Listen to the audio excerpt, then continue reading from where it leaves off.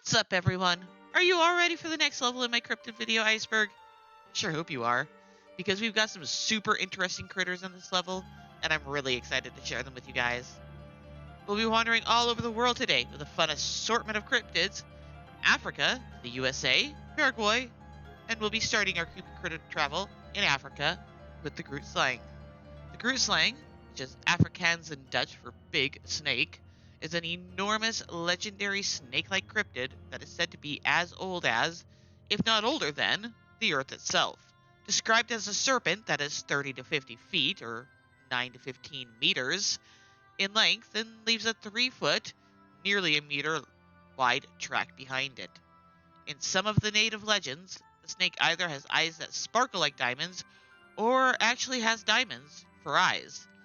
The snake is very dragon-like, said to smell like sulfur, leaves a sense of evil in its wake, and is or has been guarding a treasure hoard larger than anything ever found in a cave that's located in the Richtersveld in South Africa. It's also said to be able to control the weather and or elements. The cave is known as the Wonder Hole or the Bottomless Pit. This cave is purported to be filled with diamonds and gold, and supposedly links to either the sea or the nearby Orange River. This has never been determined to be true or not, as no one who enters the cave generally survives, with one possible exception. A prospector who was using a winch lowered himself into the cave far enough to stand upon a ledge. However, he dropped his torch when bats flew at him, startling him, and he had to be lifted back to the opening of the cave. He never attempted it again. In the book Where Men Still Dream, South African journalist and author Lawrence G. Green theorizes that the Groot slang legend may have started with sightings of the native African pythons, which sometimes reach up to 25 feet in length. The other extra additions are thought to be exaggerations or folklore stories. Groot slang is featured in an episode of The Secret Saturdays, where it's shown to be a 4-tusked, green-skinned elephant with horns like a ram and a serpent's tail with spikes. It's also shown in The Lumberjanes and Kingdom Rush Origins. Both of these appearances link to the Groot slang's supposed ability to control the weather and elements. This creature also appears in the book The Glamour of Prospecting, where a South African gold prospector by the name of F.C. Cornell describes the serpent. Now, from feared serpent to beloved turtle, and traveling to the USA, Indiana to be precise, we're looking at one of those cryptids whose presence brings happiness instead of dread. The Beast of Busco is the greatest cryptid on the entire iceberg that starts with the phrase, the Beast of. The Beast of Busco, otherwise referred to affectionately as Oscar, which is how I will now refer to him for the rest of the section, is said to be an enormous alligator snapping turtle the size of a car or rowboat. This great beast was first sighted in 1898 when a farmer named Oscar Folk talked about seeing a giant turtle living in the 7-acre lake on his farm. This farm was located near Churubusco, Indiana. Though he told others about the turtle, he eventually dropped the matter and ceased speaking about it. Exactly half a century later, in June of 1948, the giant beast was spotted again, this time by the brother-in-laws of the new owner of the farm, whose name was Gale Harris. His brother-in-laws, Ora Blue and Charlie Wilson, reported seeing a massive turtle weighing between 450 to 500 pounds, while they were out fishing on the very same lake that Oscar had spotted the beast the first time. This time, people listened, and word was out. In 1949, a reporter from Fort Wayne reported on the massive turtle on the wire service, and Oscar the turtle became nationally famous. This caused mobs of curious people to begin to travel to and swarm Harris's farm, and the state police wound up having to be called in for crowd control. Harris tried on many occasions to catch Oscar, though all his attempts, including trying to completely drain the lake, failed, and Oscar remains, to this day, elusive. Part of this might be Harris's protectiveness over Oscar, which caused him to veto many of the plans that he thought would harm it. He finally gave up on his attempts to catch Oscar after failing to drain the lake, catching appendicitis, and wound up having to sell the farm, because all the time he spent chasing after the gigantic turtle caused his farm to fail. Pretty much all of the explanations for Oscar boil down to one thing. If Oscar exists, then it's most likely that he is, in fact, an alligator snapping turtle who survived a long time and grew to a very large size. While these turtles do not, on average, grow to be over 400 pounds, there are rare instances of alligator snapping turtles that size that have been found. Oscar doesn't have a whole lot of pop culture references himself, but is a minor local celebrity with a Turtles Day festival held in Churubusco each year in June that features a parade and turtle races. Churubusco also features a statue of Oscar, and Oscar has his own documentary titled The Hunt for Oscar, Beast of Busco. From a beast that could possibly be real to a creature that most likely never existed, we'll travel just a little bit from Indiana to West Virginia and learn just a little bit about an otherworldly visitor that led to one small town's thriving tourist business. The legend of the Flatwoods Monster is one that's filled with fear and fun, intrigue and doubt. On September 12th, 1952, bright lights streaked across the sky of the sleepy little town called Flatwoods, West Virginia. Three young boys, 13-year-old Ed May, his 12-year-old brother, and a 10-year-old friend, saw this bright, pulsing red light in the sky that then crashed into a nearby farm. And the two May brothers took their friend home to tell their mom, Kathleen, about what they had seen. Kathleen gathered the three boys and three other boys, including 17-year-old National Guardsman Gene Lemon, plus the family dog, and went out to the farm to investigate. What they found was out of this world. In the pulsing red light, the small group spied a 7-foot, or 10-foot, or 17-foot, or something, figure that appeared to be humanoid. With a blood-red body, a green face, and possibly a green dress or skirt of some sort, this creature had bright eyes that seemed to glow and might have had small clawed hands that were held out in front of it. The description that came from the group also included a pointed hat-like thing on its head that almost made it look like a spade.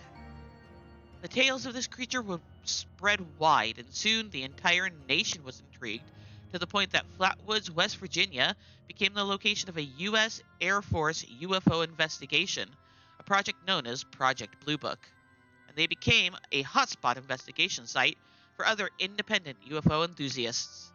Even 6 decades later, the Flatwoods Monster, also known as the Green Monster, is a large draw for tourists and single-handedly runs the tourist trade in this tiny town.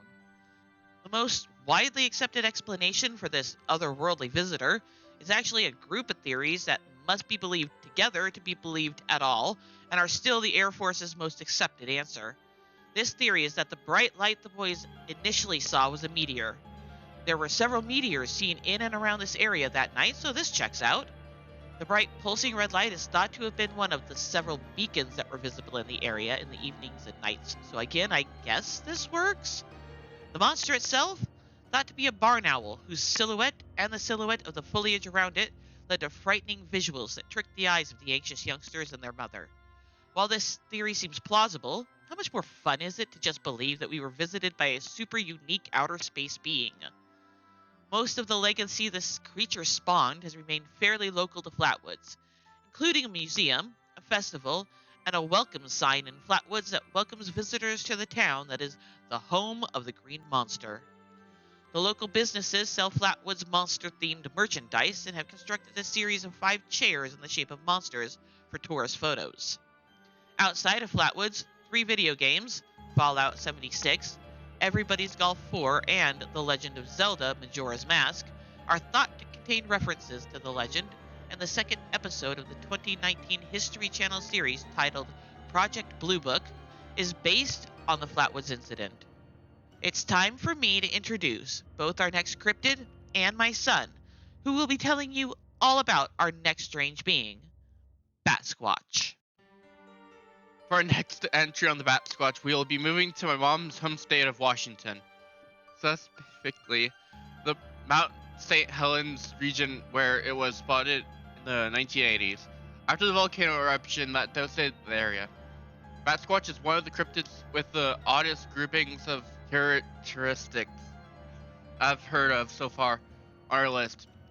Being described as flying primate with similar to Ahul and orange bataille of the southern Asia. It's said to have yellow eyes, a dog-like muzzle, blue fur, sharp teeth, bird-like feet, and leathery bat wings that span up to 50 feet. It is also said to be 9 feet tall, and for some reason can affect car engines. The first eyewitness of the massive bat-like humanoid was by a teenager named Brian Canfield, who was driving home when his truck died in the middle of the deserted area in Pierce County, Washington. In the headlight of his truck, he saw a being that was 9 feet tall with blurry tinted fur, yellowish eyes, and chipped straight teeth. He later added that the creature had a wolf-like face. This creature stared at him for a minute, then spread its huge wings and disappeared into the sky. Since then, Bat Squatch has been spotted several times in multiple different areas, almost all the Pacific Northwest. He was seen in 2009 by a group of hikers near Mount Shasta in California, when a huge creature with leathery wings was seen flying out of the crevice in the mountain. In 2011, a man named Phoenix Tizier saw something in the sky that had bat wings, blue fur, and red glowing eyes. In 2014, a Spanish class in Hobin High School in Aurora, Ohio, spotted a giant black mass zipping past the window at great speeds. Sasquatch hasn't been seen since, and many skeptics suggest that Sasquatch was either a hoax or a misidentification of a known animal such as a large bird or prey, or even a large bat. It doesn't appear slightly in some pop culture today, but seems limited to those that specifically in the paranormal, such as being featured in the trading card game Mizzou Cryptid National. He does have a bear named after him in Oregon, brewed by Rogue Viewing, however, which is pretty cool. From batty Sasquatch-like creature to a pig person, and traveling from Washington State to Vermont, we've made it to the Northfield Pigman. The Northfield Pigman, referred to sometimes as Sam Harris, involves a real-life missing teenager case, the case of Sam Harris. Harris was a 17-year-old resident of Northfield, Vermont, and the night before Halloween in 1951, he set out with a basket of eggs to deliver some mischief to the town. The next morning, he was nowhere to be seen, and in spite of an exhaustive search, he was never found. The local residents have two possible theories about what happened. Either that the pigman found and killed or ate Sam Harris, or that the pigman is Sam Harris, who is either cursed that night or went insane after some horribly traumatic event and is now haunting and terrorizing the locals. Years after Sam's disappearance, some high school kids were out drinking behind the school during a school dance when the pigman suddenly appeared. This creature was naked, covered with white hair or fur, with cloven hooves, a human body, and either a pig head or wearing a pig's head like a mask. Needless to say, the kids ran for their lives and immediately began telling everyone they could about what they had seen. After word spread, a farmer came out and told people that he had also seen this creature digging through his garbage. Some pigs had also recently gone missing. While there have been more claimed sightings of the pigman, most of them have simply been kids trying to garner attention. The pigman continues to live on in Vermont history, and the next cryptid continues to live on in the state it's said to reside in as well, and now we make our way to Montana, my current home state. The Shunka Warakin is a mysterious dog/hyena-like creature that some describe as wolf-like, others describe as hyena-like, and still others claim it to be a mixture of the two. This creature's name means carries off dogs in the Iowa language, and the legend of this creature goes back to the Native American tribes that lived there, namely the Iowa, the Crow, and the Blackfeet.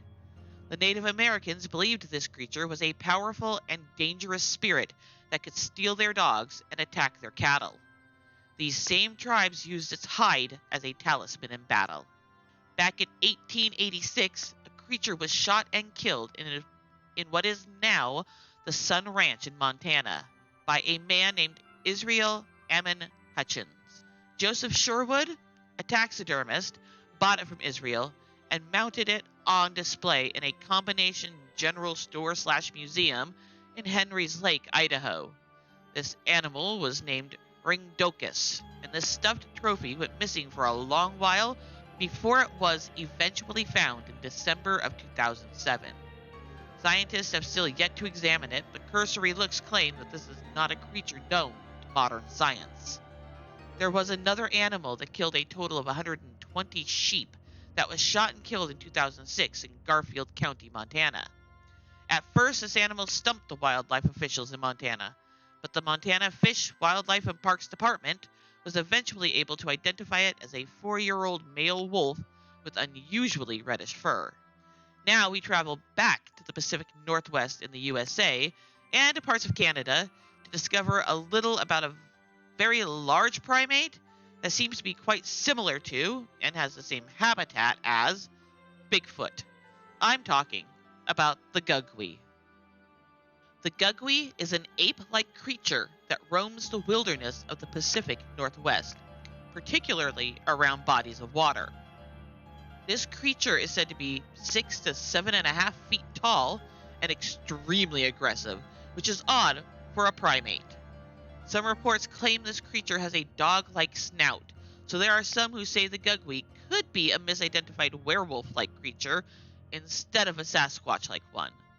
The gugwe is feared and despised by the Native American tribes that are in the area, such as the Mi'kmaq and the Wabanaki. The Mi'kmaq legends call this creature the Face Eater or Head Eater, and they blame this critter for the disappearance of many hunters and fishermen. The Native Americans also believe this creature is a shape-shifter that can take on other forms and is associated with water spirits.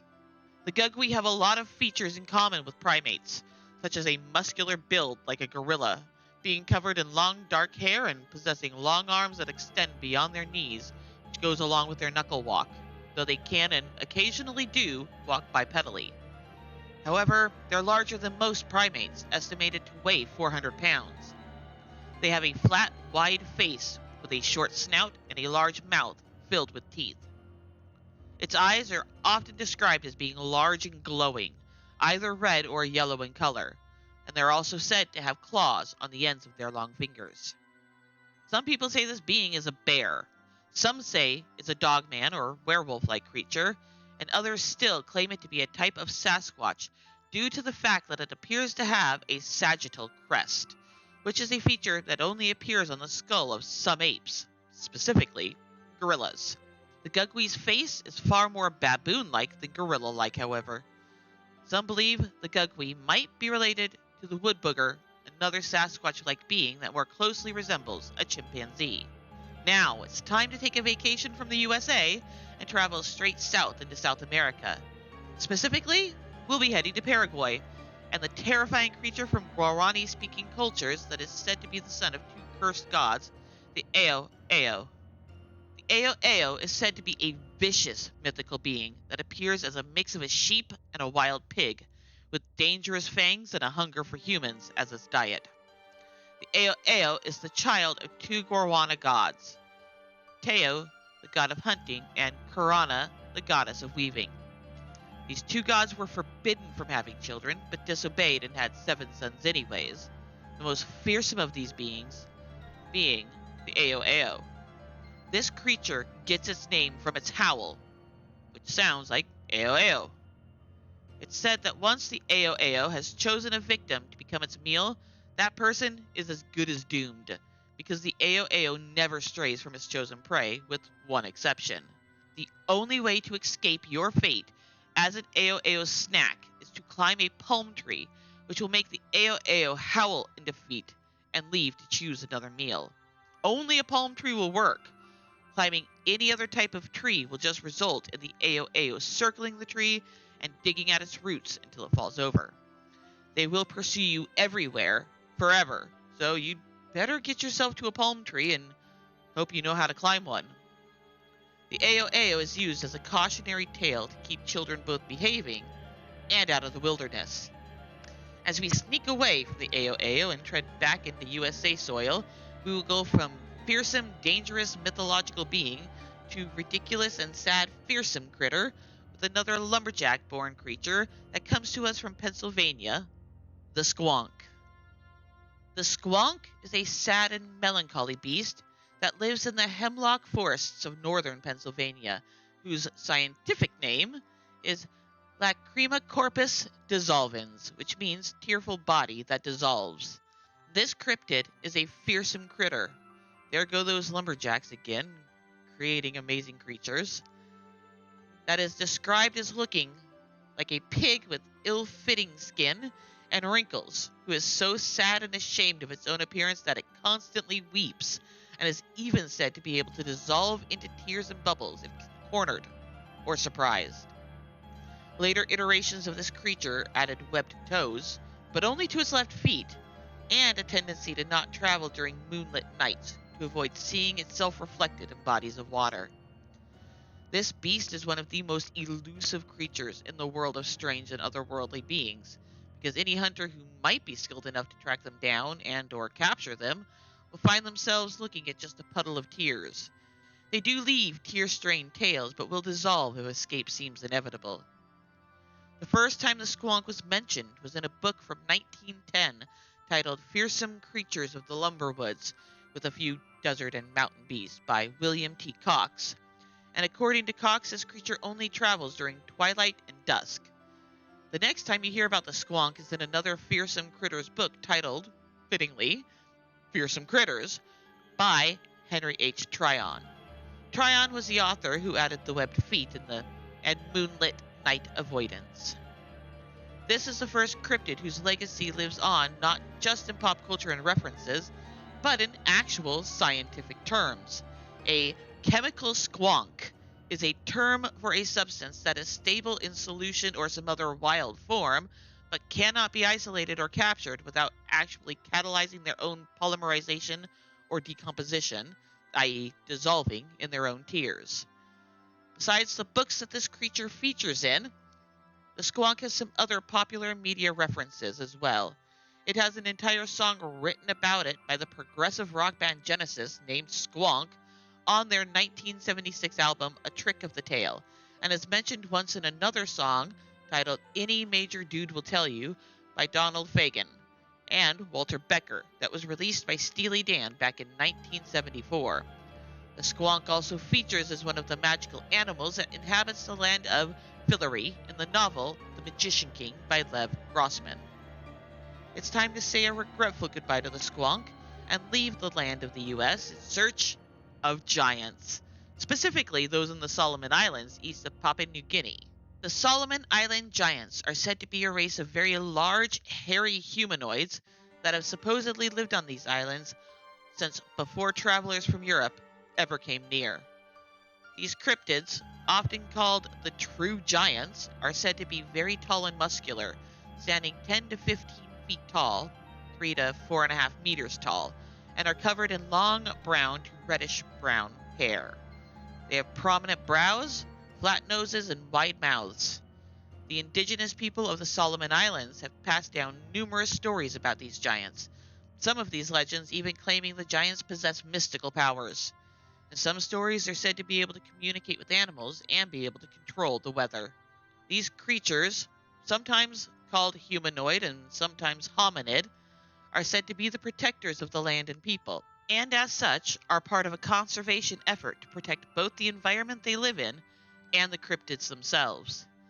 These conservation efforts focus on research, education, and community outreach programs to raise awareness about the importance of protecting the habitat and cryptids themselves, and encourage the locals to take an active role in preserving the lands.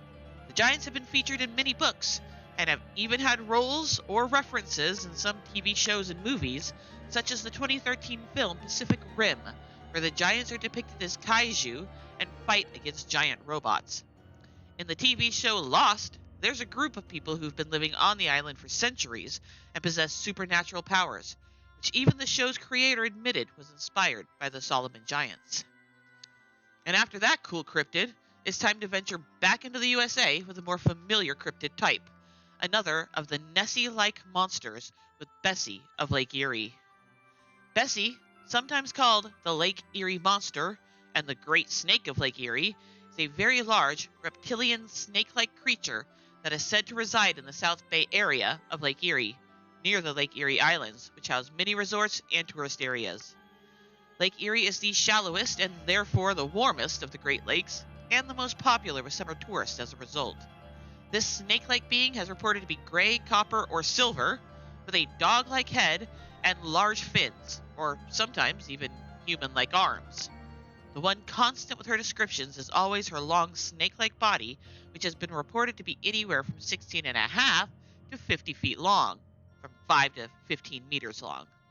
She is often described as either thrashing about, as if fighting something or being startled, or playfully frolicking in the shallow waters of the lake.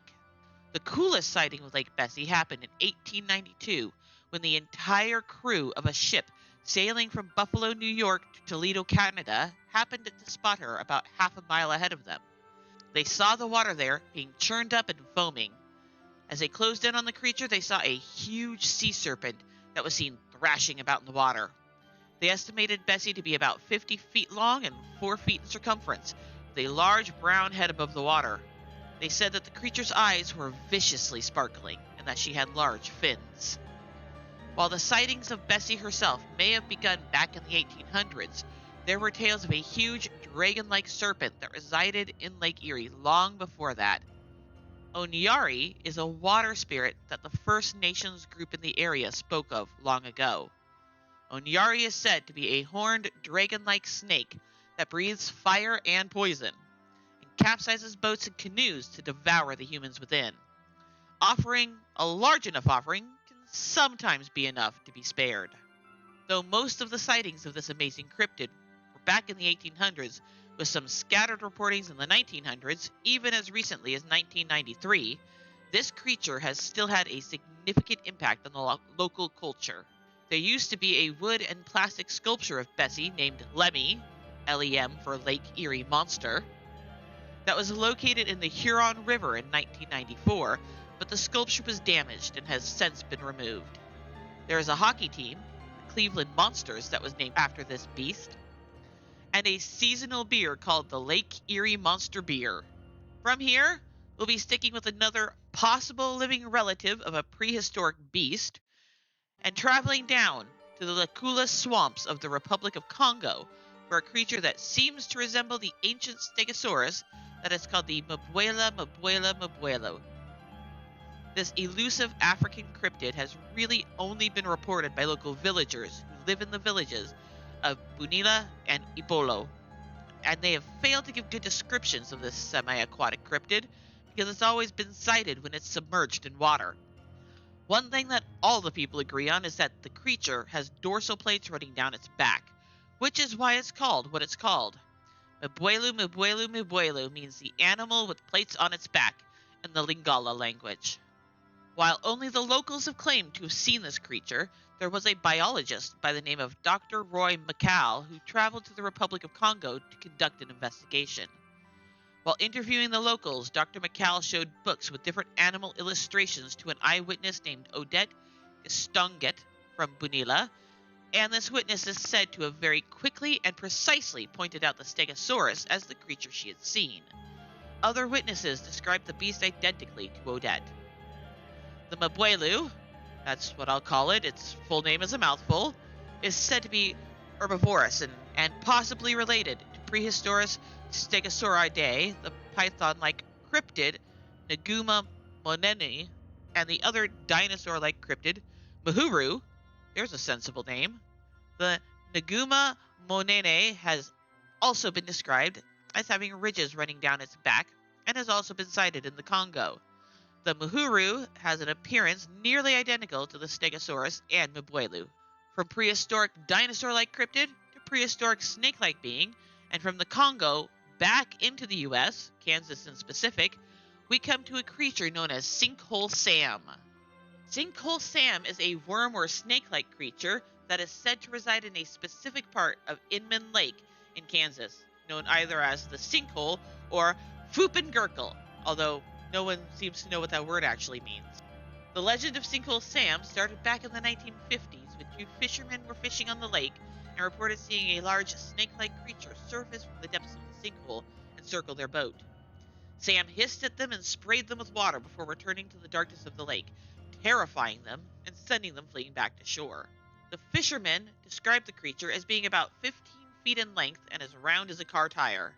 This led to others stepping forward with stories of their own, including two farmers who lived near the lake. These two claimed the snake they saw was about 12 feet long and about 18 inches in diameter. These farmers were Albert Neufeld and George Rager, and Neufeld claimed to have shot and possibly hit Sinkhole Sam. However, another witness claimed he saw Sam later and he wasn't injured. The most fun encounter with Sam was on November 23rd, 1952, when a group of hunters stumbled upon what they thought was the corpse of an animal on the shores of Inman Lake. They cautiously crept up upon the creature when it suddenly sprang back to life and slunk back into the waters of the lake. They described this creature as 20 feet long and 24 inches in diameter. Tales of Sinkhole Sam have since dwindled and dried up, leaving theories that the creature may have either died or migrated using the connecting canals in the lake. Sam remains one of the most mysterious and now elusive cryptids in North America. For our next adventure, we'll be traveling a shorter distance straight north into Canada. We'll leave the reptilian cryptids behind and take a look at Wahila, Canada's spectral superwolf. The Wahila, also known as the saber wolf, is a supersized wolf that's similar to the long-extinct amphicyanid bear dog that vanished around 5 million years ago. This creature lives in snowy tundra areas in northern Michigan, in Alaska, and Canada's Northwest Territories. The area this cryptid is often found in is called Nahanni, or the Headless Valley, as the Wahila is said to kill humans and decapitate them. This wolf is so similar to the Ontario white wolf that it's sometimes thought to be the same creature, and is also quite similar to the Aglut and the Amarok wolf. These two will be talked about in lower levels of the iceberg. The Wahila is said to be a huge wolf-like creature with an immensely powerful and muscular body, long, white, shaggy fur, and hind legs that are shorter than the front legs. Its head is huge, with disproportionately small ears like a bear. Witnesses report that this creature is 3.5 to 4 feet tall at the shoulders, and that its feet are further apart than a typical wolf. The legends of the Wahila started with Native Americans, specifically the Dene and Inuit cultures from the northern regions of the US and Canada. In Native American mythology, the Wahila is a dangerous ghost-like animal. It is said to be a powerful and fearsome creature that is a deadly predator. It will go after livestock, pets, and even humans, and is said to have supernatural abilities that make it immune to human weapons. It's also said to be a protector of the wilderness and will punish humans who take more from the land than is needed. Some of the possible explanations for the Wahila is that it's simply an exaggeration of a known animal, such as the Amphicyonidae, the bear dog. There have been many fossils of the Amphicyonidae in and around North America and Canada, where the Wahila has been reported to have been seen. Some suggest that the Wahila might be an extinct local wolf type from Alaska, or an actual wolf that is suffering from gigantism. While there isn't a ton of this creature in popular culture, it does make a few appearances. It appears in the cartoon The Secret Saturdays, and a video game about this cartoon. In the reality TV show Alaska Monsters, the Wahila is hunted, and a Wahila named Istas is a character in the novel series Encrypted, though they're more werewolf-like in these stories. Heading a little bit south into the Massachusetts and Indiana area, we're leaving the possibly real or could have been real cryptids for one of the stranger cryptids on our list today. It's time to travel to the New England section of the USA and look at a mythological race of little people who are sometimes mischievous, sometimes playful, and sometimes downright evil. I'm speaking of the Pukwudgie. Pukwudgie are a race of humanoid creatures that stand only 2 to 3 feet tall, or less than a meter. They have little legs, big noses and ears, and are often pale or gray-skinned. Some accounts say that they either have quills running from the back of their heads to their back, like porcupines, or that they can shapeshift into half porcupine, half humanoid figures. These creatures are said to be highly magical. So magical, in fact, that they are said to have killed the 5 sons of the god who created the land they lived in. The legend goes that these playful and mischievous creatures were jealous of how beloved and cherished the god Moshep was among the Native American humans who lived in the northeast area of America that he was said to have created. Moshep was a gentle giant of a god who was both protector and teacher to the native people, and the people loved him dearly. His wife was a giantess who was not as gentle as him, and who bore him 5 giant sons. The Pukwudgies, envious of the love and adoration that Moshop received, became malicious, and their pranks became more and more evil and dangerous to both the god and the humans the god was looking after. They would shapeshift into powerful animals and kill off the humans. They would harness the spirits of the humans they killed and use them as lights to lead humans into quicksand. They used poison arrows to take down hunters and fighters, and eventually used magical poisoned arrows to take down all 5 sons of Moshop after blinding the giants with sand. Moshop, distraught with the loss of his sons, became sullen and depressed. One day, when he spied an abnormal ship on the sea, he set forth to observe and study it. Upon reaching the little vessel, the Pukwudgie, who had turned themselves invisible, set powerful magic and poisoned weapons straight into him, causing the god to flee. The Native Americans lost a powerful ally that day, as Moshop never returned. The people believed that the magic and arrows eventually killed him, as they believed that if he could return, he would. That ends the 3rd installment of the Cryptid Iceberg, and I thank each and every one of you that made it this far into the video. If you're enjoying the content, then I hope you will like the video, leave me a comment telling me either your favorite part of the video or something you think I could improve. And if you're really enjoying these, then maybe think about subscribing to my channel. I have some big ideas and plans for this channel, and I would love it if you wanted to come along for the ride.